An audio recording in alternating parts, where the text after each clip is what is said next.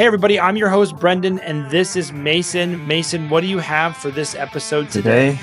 We're going to talk about the top 5 schools that I have. These are predictions based on solely money spent by the universities in terms of NIL, collectives, and getting the best players in college football in the country on your squad.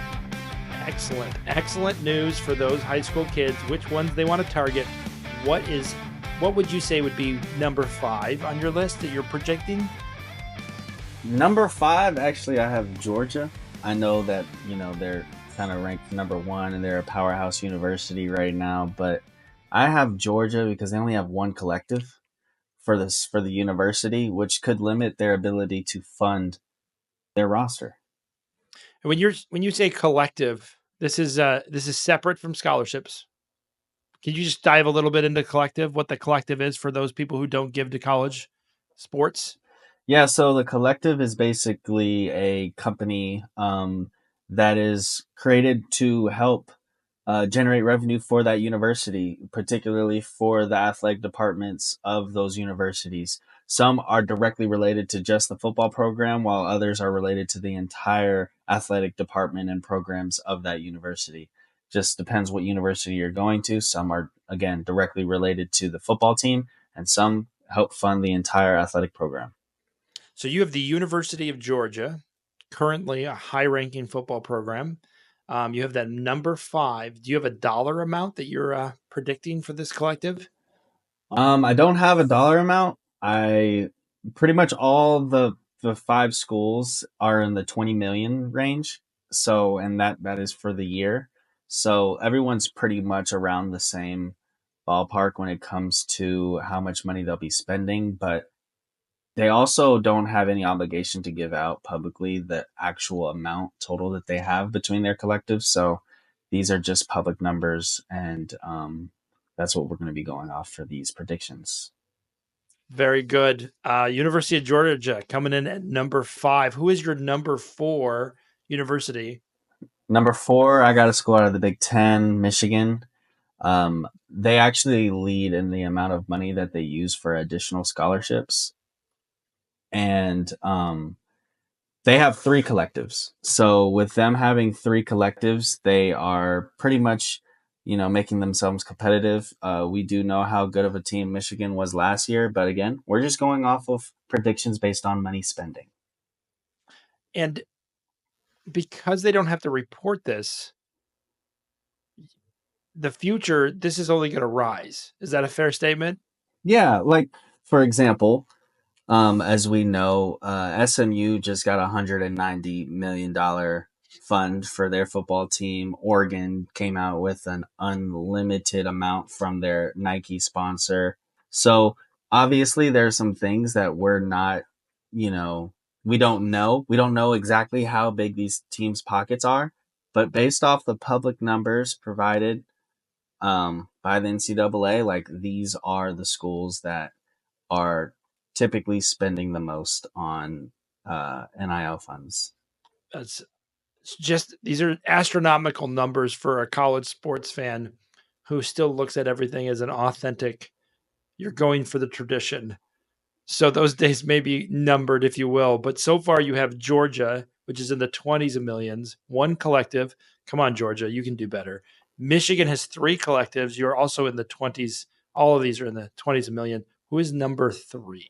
Number 3, we got another SEC school in LSU, Louisiana State University, with one collective, but their money is just a little bit higher than the last 2 schools. So they're right there in the pack. I mean, we kind of expect SEC schools to kind of be pretty much in the mix when it comes to money supplied, especially a state school like LSU, where you got a lot of alums and you got a lot of people that care about the football program there. I mean, it's been shown in the school's history how much they care about their football program. And a lot of these schools now hiring general managers, they're able to, decide which funds at the university, whether it be about academics or other sports, they're going to try to push that revenue over to the football program. Wild. Just everything's moving so fast for the casual fan who just is rooting for their team. So LSU is also up there, which is kind of surprising. I didn't really expect to hear their name because of the SEC has a lot of schools, Texas, but I know these are only the public ones. So I got to hit the brakes on that. Who's number two? Well, I mean, Texas is number two. So I got Texas at number two. Um, they actually lead the country based off the numbers that we've been given and going off of in collective funding overall. So, but they only have one collective. But also, if you think about the history of Texas, they were the first university to have their own TV network. So when it comes to Texas money, everything is bigger in Texas, and their bank account is also big. Well, we can always look at just this year and the talent that they have at just the quarterback position. You don't get that talent by not providing certain amenities, certain You contracts, if could you will. say money. It's not illegal. Okay. It is straight up money. They are paying to play. That is what is occurring. So It is don't feel bad for the bench warmer. Don't feel bad no. for the second string, the third string. And then if you see a team that has three legit quarterbacks, the reason is Don't worry. The walk-ons are getting paid money too. so so number two is the University of Texas. Beat Michigan this year. Looks extremely strong. Has two very great, some would say, projected future NFL quarterbacks. And the For number sure. one team that you have on the list this year, Is the Ohio State University, who leads in basically total amount of money, total impact on the school's programs.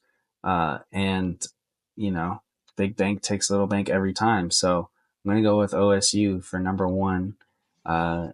They just have a lot more money than a lot of people for now now.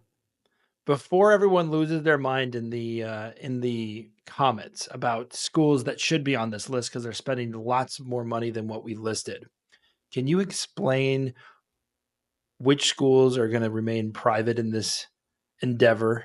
Which So, schools are not going to so, report on some of so, these so people don't get so so upset?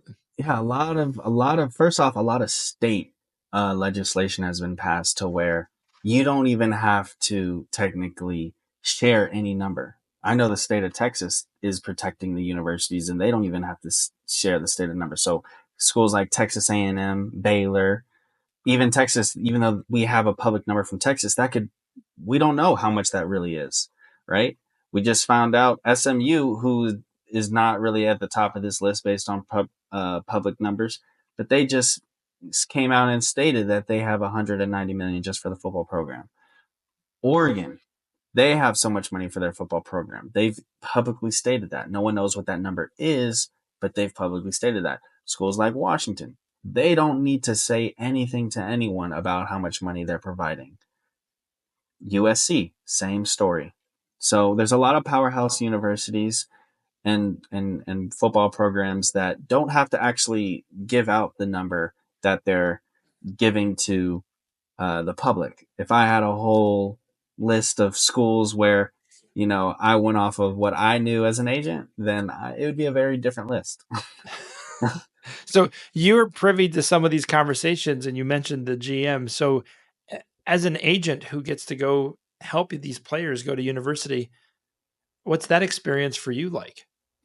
Well, as an NIL agent, it is there's a lot of gray area. There's a lot of rules that you try to abide by.